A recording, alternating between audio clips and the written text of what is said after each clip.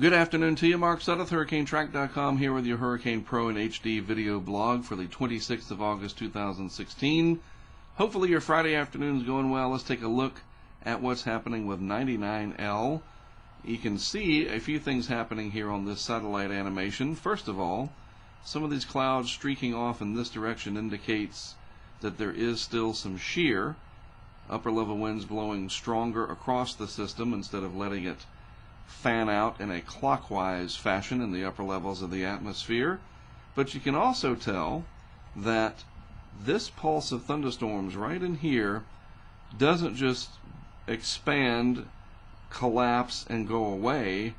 They keep trying to bubble up there. Can you notice that? Let me see if I can zoom in for you and make more sense of it.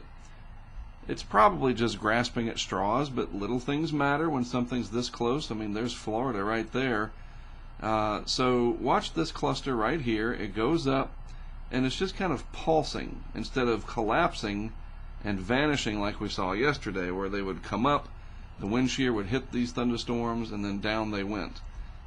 So it's interesting if this can hang on, that maybe it will try to develop as it moves towards a more favorable area, supposedly up here in the Florida Straits.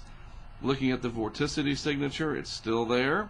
It looked like one little vortmax, or small area of circulation, moved into Cuba last night, but overall the circulation looks like it has remained intact on the larger scale, and it's trying to hold on. It's not gone yet, so we'll have to keep watching it and see what happens. The wind shear has supposedly dropped a few miles per hour, a few knots here in the region, down 5. That's what this shows, a 24-hour change, and the blue is decreasing shear, and there it is, around a 5-knot decrease overall.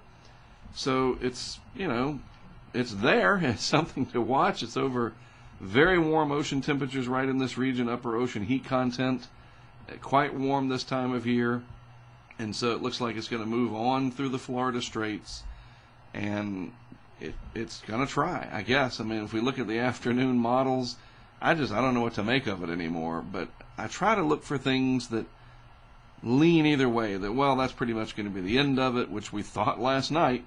But then you go in and you look at this and you say, all right, well, the overall slope of or the angle, whichever way you want to call it, of the different non-global models, is the best way to put it, is up. And all of them, except one, reaches hurricane intensity. The global model here, the AVN interpolated, this is basically the GFS model 6 hours out, interpolated 6 hours out into the future based on the 12Z run and then the 18Z interpolated. So basically moving it forward 6 hours shows flatness. I mean, almost no development at all. And then you contrast that with the very aggressive hurricane weather and hurricane weather forecast model, the HWRF, Hurricane Weather Research Forecast Model, whatever you want to call it, up to strong category 4. So why the giant discrepancy here between the global model GFS and the hurricane specific regional model HWRF?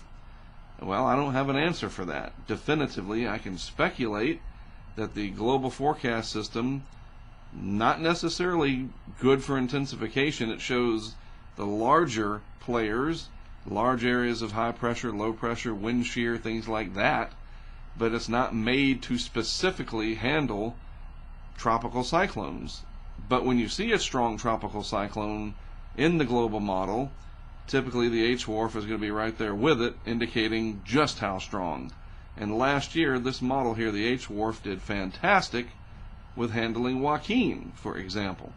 So we can take a look at a couple of things.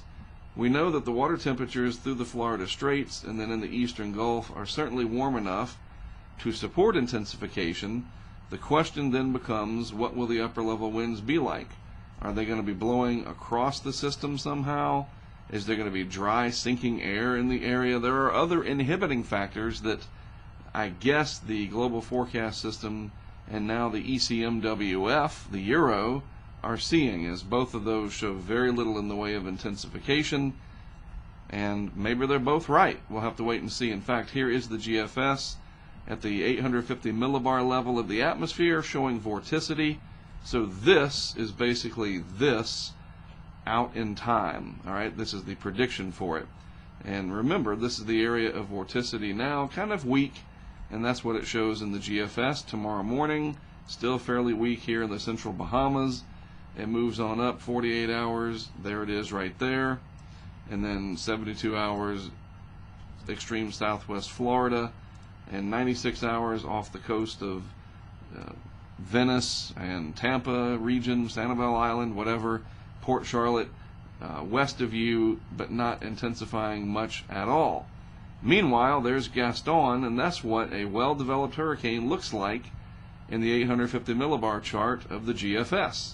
This is not very well organized, or certainly not very intense. And then we have a system coming off of Africa here. This is day 5, valid next Wednesday, 8 a.m. Eastern Time. I have to keep watching this. It looks like it's going to try to come west underneath that ridge of high pressure there. But there's 99L, the most concerning of the systems out there for obvious reasons, and it doesn't look very healthy. It certainly does not match what the HWRF is showing. So stay tuned. You know, I don't know. You have to just watch it. You don't turn your back on it until it's dead and gone, and so far it hasn't done that yet. Well, I'll certainly stay on top of it, and remember, you have some great tools, not only for tracking satellite images, etc., but the information that's posted in Hurricane Pro and HD is fantastic, so be sure to take advantage of that.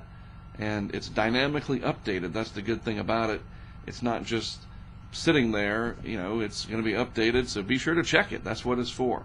You have a great resource at your fingertips, so be sure to take advantage of that, and you can stay on top of what's happening throughout the weekend. All right, well, that's it from me for today. Have a good rest of your Friday afternoon. Again, I'm Mark Sudduth for HurricaneTrack.com, my website, and it's always awesome to be able to do these videos for you on Hurricane Pro and HD. And you bet I'll be talking I'll be talking to you throughout the weekend.